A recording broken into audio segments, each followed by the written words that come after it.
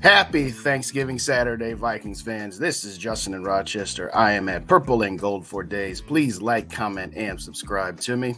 I'm going to let the notifications just go out here for a minute. But everybody talking about this Vikings game and how the offense was spectacular. Justin Jefferson is just a beast and is unstoppable. And everybody want to talk about Ed Donatel and the Vikings defense. And I'm not out here to say that they are the 85 Bears or the 2000 Ravens. But are they really as bad as they appear to be at sometimes? We'll find out.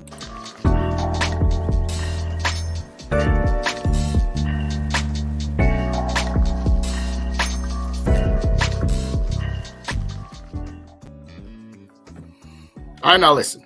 Let's talk about the good, the bad, and the ugly. 3 weeks ago, if you had said the Vikings are going to go to Buffalo, home Dallas, home New England, and we come out of that 2-1 in that stretch to get our record to 9-2 before our mini bye, everybody would have taken that. Would have liked a little bit more of a competitive game against Dallas, but at the end of it, it just is what it is. The simple fact is that this team is resilient. They got spanked 6 days ago, came back and showed the world that, yes, it was a fluke, or at the very least, just a bad game. Bottom line is, no longer can we talk about how Kirk Cousins can't win on primetime. Granted, it's only one game. We all know that. But they won the game. And Kirk, outside of drives 2 and 3, was spectacular yet again. 299 yards, 3 touchdowns. We all know Justin Jefferson. I mean, we could read off his stats all day. 9 catches, 139 yards, fastest guy to this many yards in his career, most receiving yards through the first 3 years, and he still got 6 games left. Talking about Justin Jefferson, just like talking about the sun coming up. It's just going to be there every single time. But what is it that is holding this team back potentially? Well, Ed Donatel. Ed Donatel's got to be fired right now, or Ed Donatel's got to be gone by the end of the year. Maybe, but I'll say it like this. You're not going to fire your defensive coordinator when your team is 9-2. It's just not going to happen. But I would surmise that maybe he's just playing possum a little bit. To wit this. Listen, we all know the Vikings defensively last year was garbage. They added a couple pieces here or there, vis-a-vis Darius Smith and a handful of others. But this defense wasn't going to turn around to becoming a top 10 defense overnight. They're getting used to a new scheme, players playing together differently than they had been, and all that good stuff. And yes, this team bleeds yards, ridiculous amounts of yards, and they've given up a decent amount of points. But everybody talking about the Ed Donatel shell defense, Ed Donashell, as they say. Okay, let's talk about that a little bit. Maybe he just knows what he has and what he doesn't have. And what he has is a team that is opportunistic, can make plays when necessary. Coach Kevin O'Connell talks about it both offensively and defensively, and to a certain extent special teams, is situational greatness. Everybody talking about, well, we let Mac Jones just sit back there and pick us apart like he was Tom Brady in his prime or Peyton Manning this. And then at the end, decided to dial up some pressure. Why didn't they do that at the beginning of the game or the middle of the game? Well, think about it for a second. Yeah, we got Patrick Peterson. And then what do we have? Oh, that's right. We got an injured Cam Dantzler. Evans is injured. So we got Boove Jr. out there. Okay. Not exactly a cavalcade of great cornerbacks. Yes, you still have Harrison Smith back there, but you notice that Harrison Smith isn't making as many plays in the run or blitzing very often because, well, he has to hang back and help out the DBs. So maybe Ed Donatel knows these are the guys that I got, and this is what I'm going to have to run with. Let's keep everything in front of us. Let's bend but don't break. Yes, they done broke against Dallas. We all know that. His strategy did not work, and I don't know that there was anything that could have been done differently. Yes, maybe make some adjustments earlier and try something different before you're down 30-some points, in which case it doesn't matter what you do. But I'm saying it like this. I'm not going to throw myself under the bus or fall on the sword for Ed Donatel and why he's doing what he's doing, because at times it is infuriating. It is infuriating when your offense goes right down the field on the first drive of the game, scores a touchdown, and 5 plays, 6 plays? How many plays was that first drive? Oh, yeah, 5 plays in 2 minutes, 7-7. Okay. But let's think about what really happened in that game if you break it down drive by drive. Yes, after the Patriots scored, the Vikings offense went 3 and out. Cousins a little late on that pass to Jefferson. Could have easily been an interception and maybe even a pick 6. But what did the Vikings defense do? They forced the Patriots to go 3 and out. So now it's 7-7. We got the ball back. and Kirk has his airmail interception, and we thought, uh-oh, this is the Kirk Cousins on primetime. We always know it's always going to be the guy that shows up when he's not playing at noon. Well, I'll remind people that they held him to a field goal on that drive. In fact, they went 3 and out. The Patriots went 4 plays, 1 yard, and that 4th play was a field goal. So they basically hit him to a 3 and out again. They just happened to kick the field goal because they were in field goal range. Vikings come back, tie the game with a field goal, all well and good. Oh, Vikings defense gave up more points. Yeah, because they had a long kickoff return. They went 5 plays for 23 yards. They got 1 first down and held them to a field goal again before the Vikings scored a touchdown with the TJ Hawkinson touchdown. Yes, the Vikings defense did give up 3 points at the end of the half, and it did be one of those drives where the Patriots kind of just methodically marched down the field. But once again, they held them to a field goal. So all I'm going to say is this. By the end of the half, 16-16, sure, they gave up points on every drive, but for 1. But they only gave up 1 touchdown. Now, yes, 3rd quarter, first drive, touchdown. Uh-oh, here we go. Oh, then the special teams picked us up. Kenny Wongwu gets that kickoff return touchdown, and we're tied up again. And what happened after that?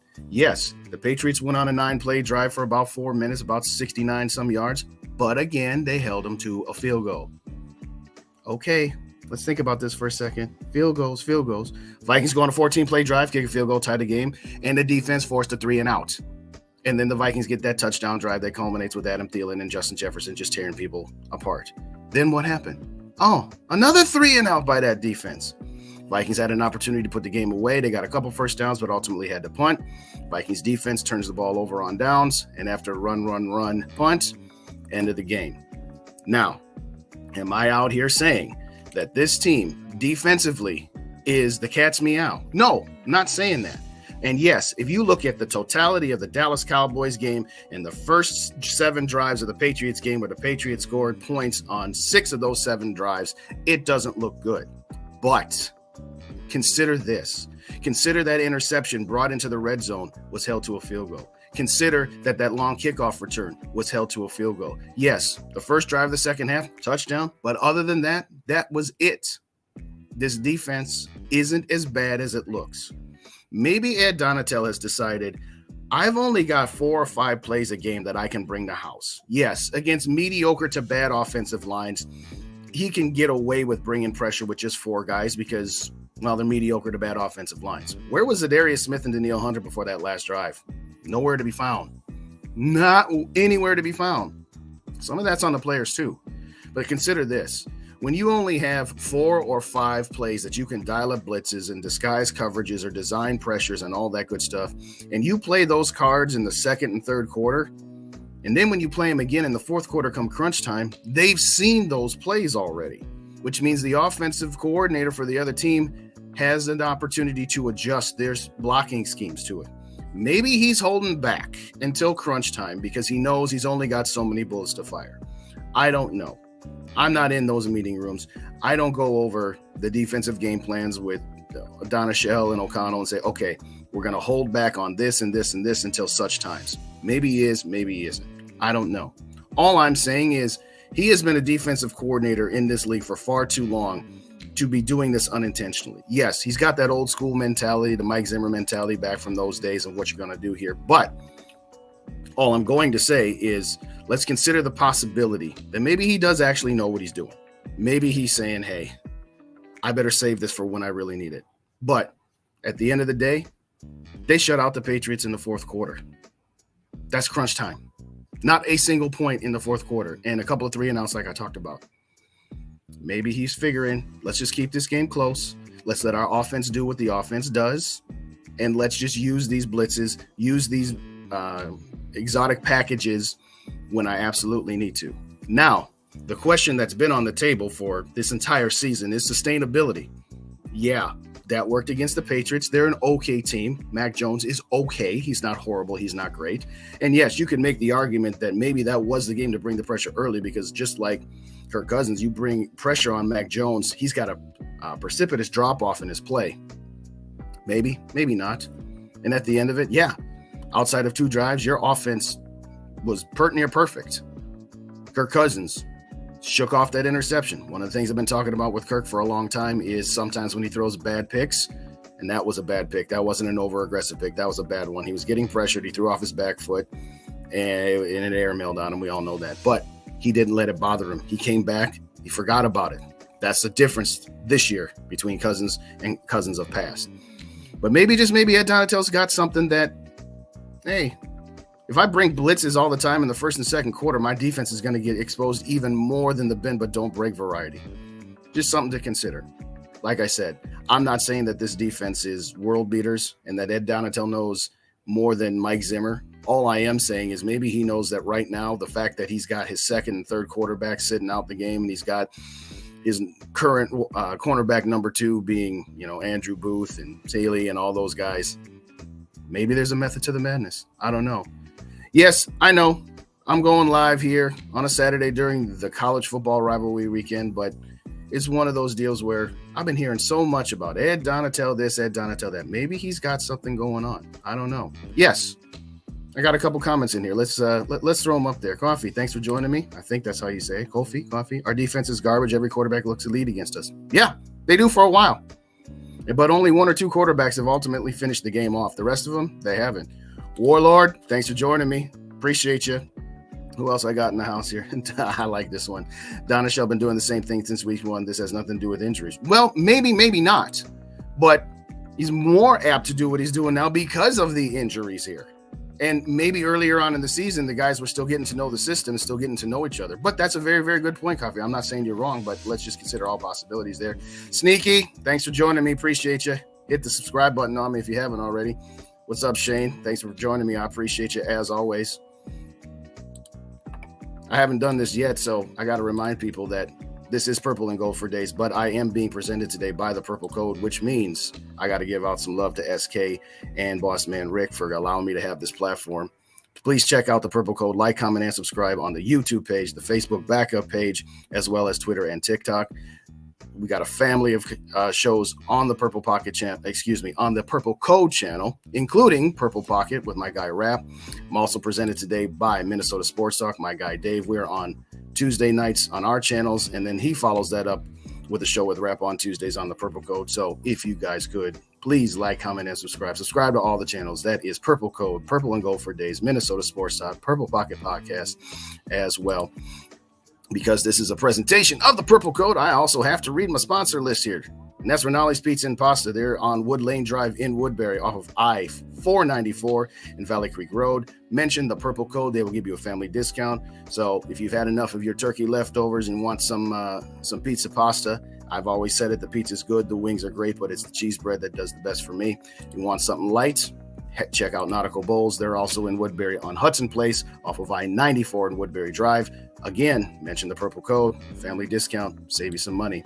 With all that being said, I'm going to wrap it by saying this. I'm going to have a couple shows during this week, so I'm not going to get too much into the Jets game. I'm going to say it like this. The Vikings got through the roughest part of their schedule, which was that 3-game turnaround in less than 2 weeks. We came out 2-1. We pulled off the game of the year against Buffalo, got spanked against Dallas, and pulled out a victory against New England. We're going to be all right. There is a scenario here if the Packers lose tomorrow and the Lions lose Sunday and we win, that we clinch the division. But ladies and gentlemen, it is now the official word of the Purple Code, the Purple Pocket Podcast, Purple and Gold for Days, and Minnesota Sports Talk that yes, as much as it pains us, we are pulling for the Packers tomorrow. We do want to have the opportunity to still catch Philly. The Packers are done. The Vikings' magic number is 2. Like I said, 2 more wins is all they need for this division. The Packers are no threat, not even to be a wild card, so we can just forget about them. Hold your nose as you have your last of your Thanksgiving leftovers. Driving back, everybody stay safe if you're driving back to your locations. If you travel for family and everything, obviously stay safe, be good. But yes, we are pulling for the Packers tomorrow. Still gives me the heebie-jeebies when I say such things, but having said all that, I'm going to wrap it up by just saying this. Yes, our defense needs to improve. It needs to be more solid. It needs to not bleed as many yards and not give up as many points as they do because, yes, the offense is clicking on all cylinders, still has another level to go. But I will surmise that maybe, just maybe, he's holding back a little bit here and there because, well, he's only got so many bullets to fire. Does that mean I excuse all of the yards and making Mac Jones look like a Hall of Famer? No, I'm not saying that. What I am saying, though, is maybe, just maybe, there's a reason. And I will give Za'Darius Smith a little bit of a break. We all know that he's coming off an injury, and we all know that he needs those weeks off in between. And I think this mini bye here that we are celebrating right now is going to do world of good for both Za'Darius Smith, as well as hopefully we get Dalvin Tomlinson back. A couple of the cornerbacks we talked about earlier. I know Cam Dantzler still got at least one more week before he can come back. As early as he can come back is Detroit. But Caleb Evans, once we get all our pieces back, let's see what Donatell does. Let's see if he's willing to take a few more risks a little earlier on in the game and not feeling like he has to save his bullets for the fourth quarter. But look at our fourth quarters this year. Look at all of our fourth quarters this year. This defense has looked different. Yes, it's the old adage. Well, when they blitz and bring pressure, the other team doesn't do very well. Well, you can't blitz on every play. You can't run. It's kind of like your 2-point conversion play where it's the one you got to have. A lot of the 2-point conversion plays you run as an offense is a play you haven't shown before, because if you've shown them a play and they know how to defense it, your chances of executing that play aren't as well. I think that Ed Donatell is just leaving those bullets in the chamber till come fourth quarter. But I could be wrong. Tell me what you think. Am I on to something or am I on something? Put the comments in there. Hit the share button. Hit the like, comment, and subscribe button. If you subscribe into the Purple Code and you're watching this, please subscribe to Purple and Gold for Days. Please also subscribe to Minnesota Sports Talk and vice versa. You're on one of the other two channels, hit subscribe to everybody. We're a family around here as we grow this content creation. And again, just want to read them one more time. Purple and Gold for Days, that's me. Minnesota Sports Talk, that's Dave. And of course, the one that brought us all together, the Purple Code. Also hit up my guy Rap, that's Purple Pocket Podcast. We sharing the love with everybody here. So I'm going to get back to this Michigan-Ohio State game. I want to thank everybody for joining me here on Super Saturday, Rivalry Saturday here. It has been one spectacular game between the Buckeyes and the Wolverines. If you're a Gophers fan like me, you don't have a dog in the fight. You're just looking to be entertained. And yes, I know, Gophers and Badgers for the axe. They're back to two garbage teams. But it is what it is. Right now, who's not a garbage team? Who's not a fraud? The Minnesota Vikings. They're not frauds. We weren't world beaters when we beat Buffalo, and we're not frauds by losing to Dallas. That's just who they are. Team that's going to go up and down and take you on that roller coaster, spin your partner round and round. And we wouldn't have it any other way, because that's who and what we are as fans of the Minnesota Vikings. Absolutely sneaky. Definitely go Gophers. Better dead than red. I'm just saying. The game between the Gophers and the Badgers is probably not going to be as entertaining or mean as much as this Michigan-Ohio State game. Go figure. But hey, yes, definitely go Gophers. I'm a Minnesota sports fan through and through. I got all my split. Yeah, the Vikings, the Wild, the Gophers, the Timberwolves, the Twins, everybody. But this is a Vikings podcast, so we're just going to leave it as saying as that. Go Gophers is absolutely right. I want to thank everybody for joining me. Like I said, hit that share button, hit that like button, tell people about it, and all that good stuff. Keep it tuned to the Purple Code as well as all of the Purple Code family of podcasts. Oh, Sneaky, you had to do that to me. Now I got to put it up. I don't want to, but it's reality. This is what we need. Rule number 1, my favorite team is the Vikings. My second favorite team is whoever's playing the Packers, except for this week. But I got to put you up, Sneaky. You put it up there for me. I got to put it out there. Anyway, thanks everybody again for joining me. Very much appreciated. Enjoy the rest of your Thanksgiving weekend. Be thankful. Hug the ones you love. Be thankful for what we got. Enjoy some more of that leftover food. Drive safe back to wherever you may be if you did traveling. And we will see you on the flip side. Skol Vikings. And enjoy College Football Saturday at its finest. Rivalry weekend. Peace out.